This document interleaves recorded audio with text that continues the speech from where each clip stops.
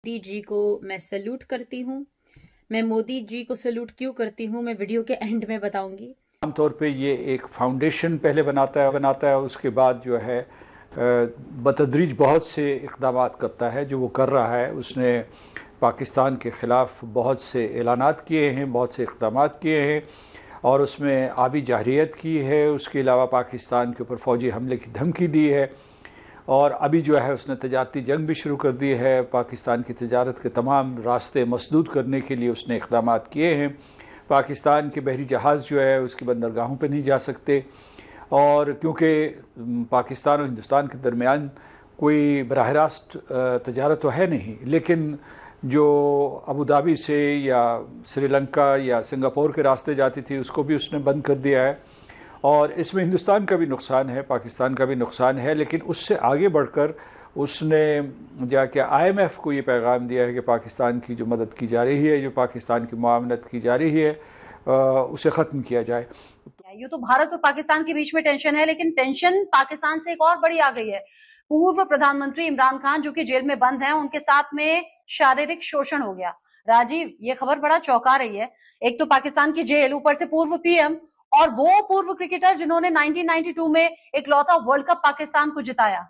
ये अपने आप में वाकई बहुत चौंका देने वाली खबर है। और शारीरिक शोषण, यौन शोषण, और वो भी 72 साल की उम्र के पाकिस्तानी पूर्व PM के साथ, ये अपने आप में चौंकाने वाली इसलिए है कि अडियाला जेल में हुई जाने की बात है।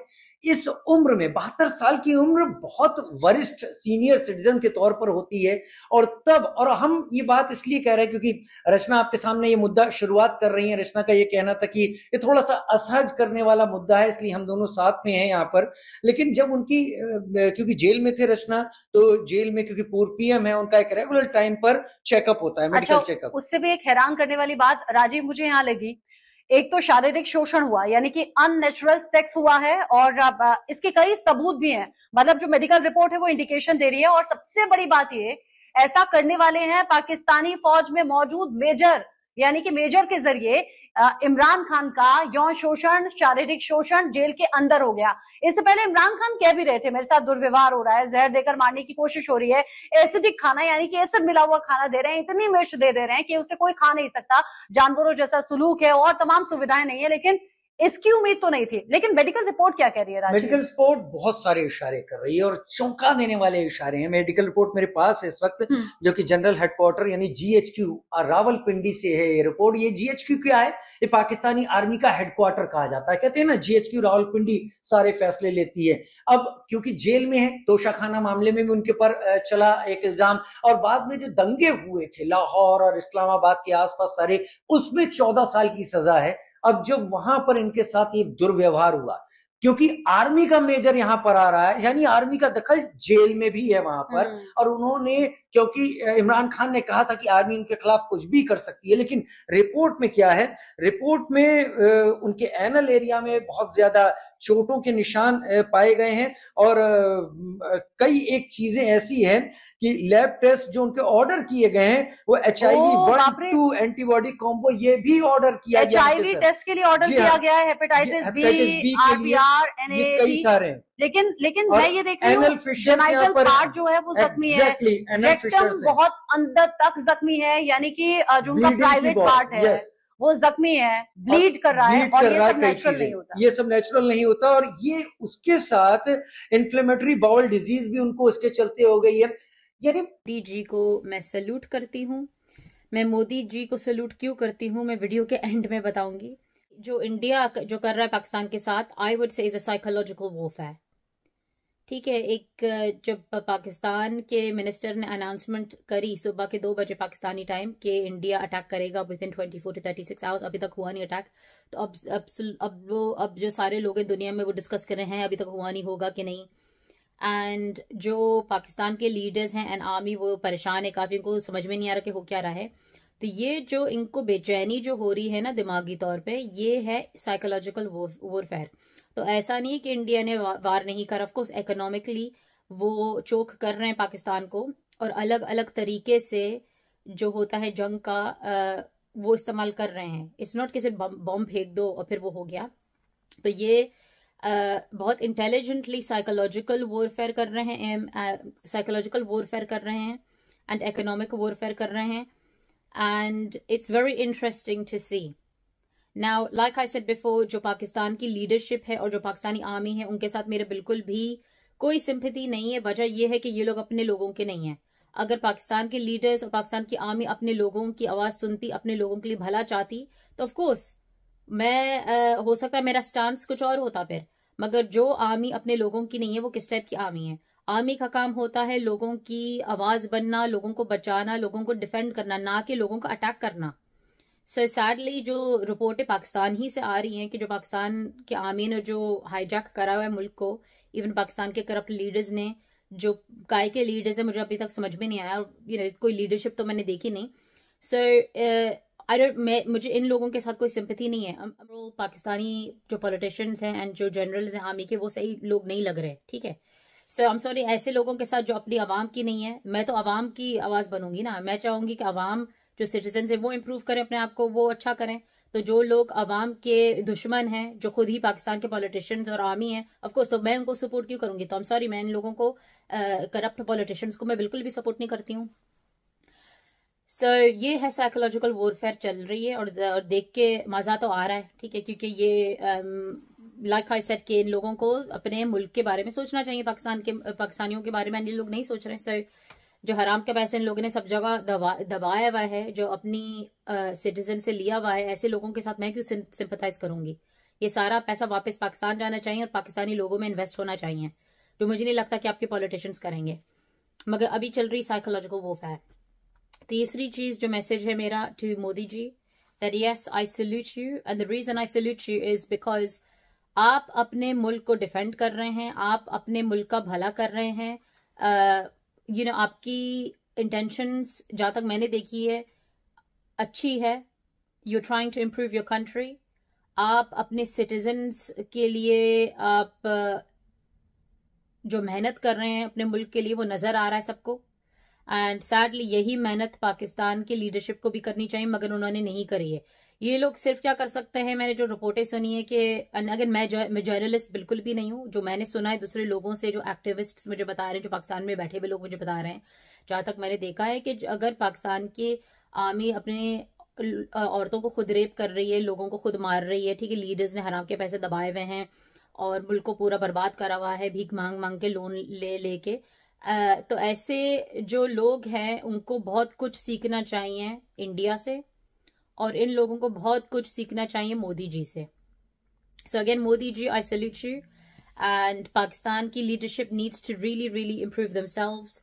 एंड मैं चाहूंगी, अगेन मैं पाकिस्तानी लोगों से ये पूछना चाहती हूँ कि आप लोग क्या चाह रहे हैं? ऐसे ही चलता रहेगा क्या कि जब दो पाकिस्तान के लोग मिलके बैठेंगे और बोलेंगे यार पाकिस्तान के हालात बहुत ख़राब है और मुल्क को इन लोगों ने खा लिया, पॉलिटिशियंस ने, ये कब तक चलता रहेगा? आप लोग अपनी आवाज़ कब उठाएंगे? सब जो सिटीजन्स हैं उनको जुड़ जाना चाहिए अपने मुल्क को बचाने के लिए, ठीक है, क्योंकि ऐसा नहीं चल सकता है। आपका मुल्क पूरा क्रम्बल हो रहा है। मैं चाहती हूँ कि पाकिस्तान के लोग अपने दुश्मन को पहचानें। आपका दुश्मन इंडिया नहीं है मेरे नज़र में। आपका दुश्मन आप मुल्क के बाहर नहीं है, आपका दुश्मन मुल्क के अंदर ही है। वो आपके खुद के पॉलिटिशियंस और लीडर्स हैं, वो है आपके दुश्मन। आपको बताया जा रहा है इंडिया दुश्मन है, ये दुश्मन है, वो दुश्मन है, ये सब बकवास है। सबसे बड़े सांप तो आपके मुल्क में रह रहे हैं भाई।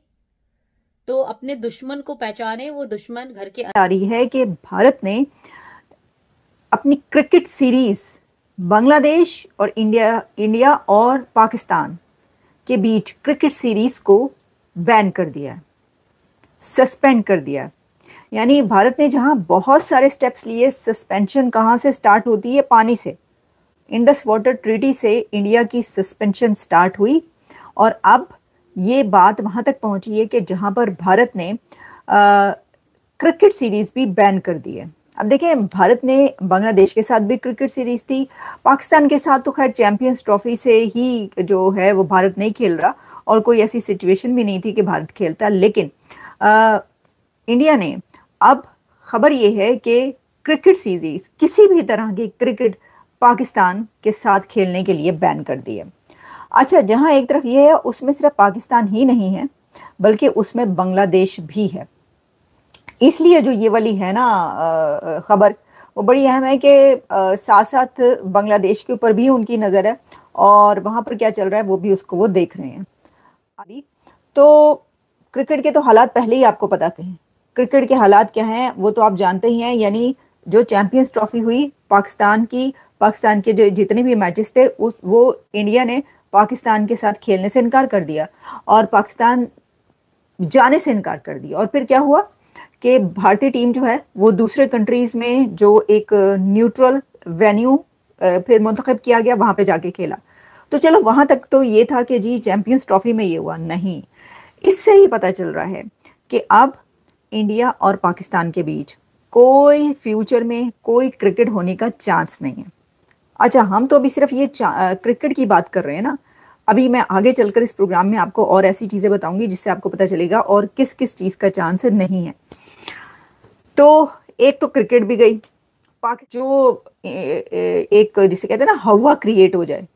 मतलब आप देखें, आप जरा मोदी साहब की पॉलिसी देखें इंडिया की, जरा आप देखें कि कैसी स्ट्रेटेजी इस वक्त जा रही है। कि अभी उन्होंने हमला नहीं किया और हर तरफ हमला हमला हमला हो रहा है, हर तरफ हो रहा है कि जी खौफ, भारत का खौफ, भारत ने हमला कर देना है। वहाँ पे मिनिस्टर्स जो हैं वो भागे भागे फिर रहे हैं, वो कभी माफिया मांगते फिरते हैं, कभी कहते हैं हम उससे बात कर रहे हैं कि ना हो, नहीं नहीं नहीं होगा, और दुआ करें, अल्लाह से दुआ करें कि इंडिया हमला ना करे।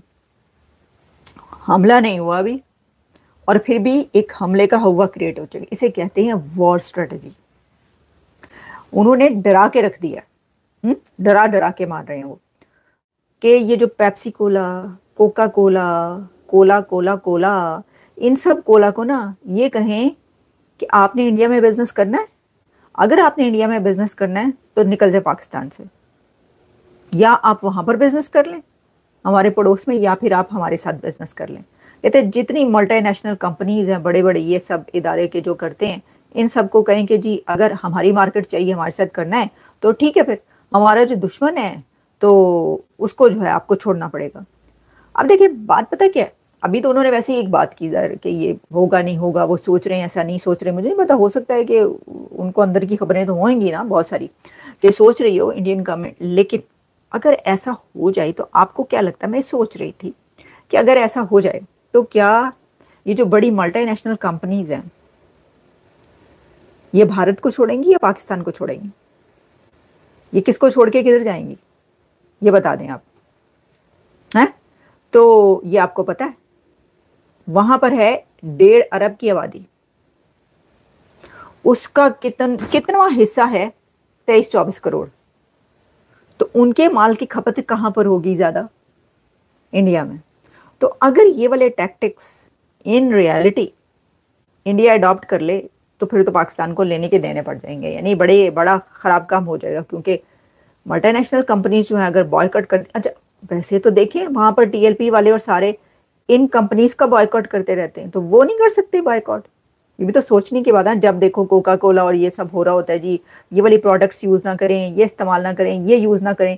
और दिलचस्प बात होती है कि जब ये नारे लगाए जा रहे होते हैं और तकरीरें हो रही होती हैं, एक शिद्दत पसंद अनासिर वहाँ पे जो हैं, रेडिकलाइज्ड लोग जो हैं, और वो कह रहे होते हैं कि आप ये जो इनकी प्रोडक्ट्स हैं, इन प्रोडक्ट्स को बंद किया जाए। उनको ये नहीं पता कि जो माइक उन्होंने हाथ में पकड़ा हुआ है वो भी बाहर की प्रोडक्ट है, वो भी यहीं की प्रोडक्ट है, वो भी उनके उन्हीं दुश्मनों की प्रोडक्ट है जिनको वो कहते हैं कि नहीं ये तो जो है ही है, क्योंकि हमारे मजहब उससे मेल नहीं खाते, तो इनको जो है आप इनकी बाइकआउट करें। इसका कभी किसी चीज़ पे उनसे ही सवाल किया गया कि ये बताएं कि ये जो हमला है इतनी देर क्यों लग रही है, हो क्यों नहीं रहा है, तो क्या आपका इरादा जो है आप लोगों का बदल गया? तो उन्होंने इसके ऊपर बड़ी अहम बात की।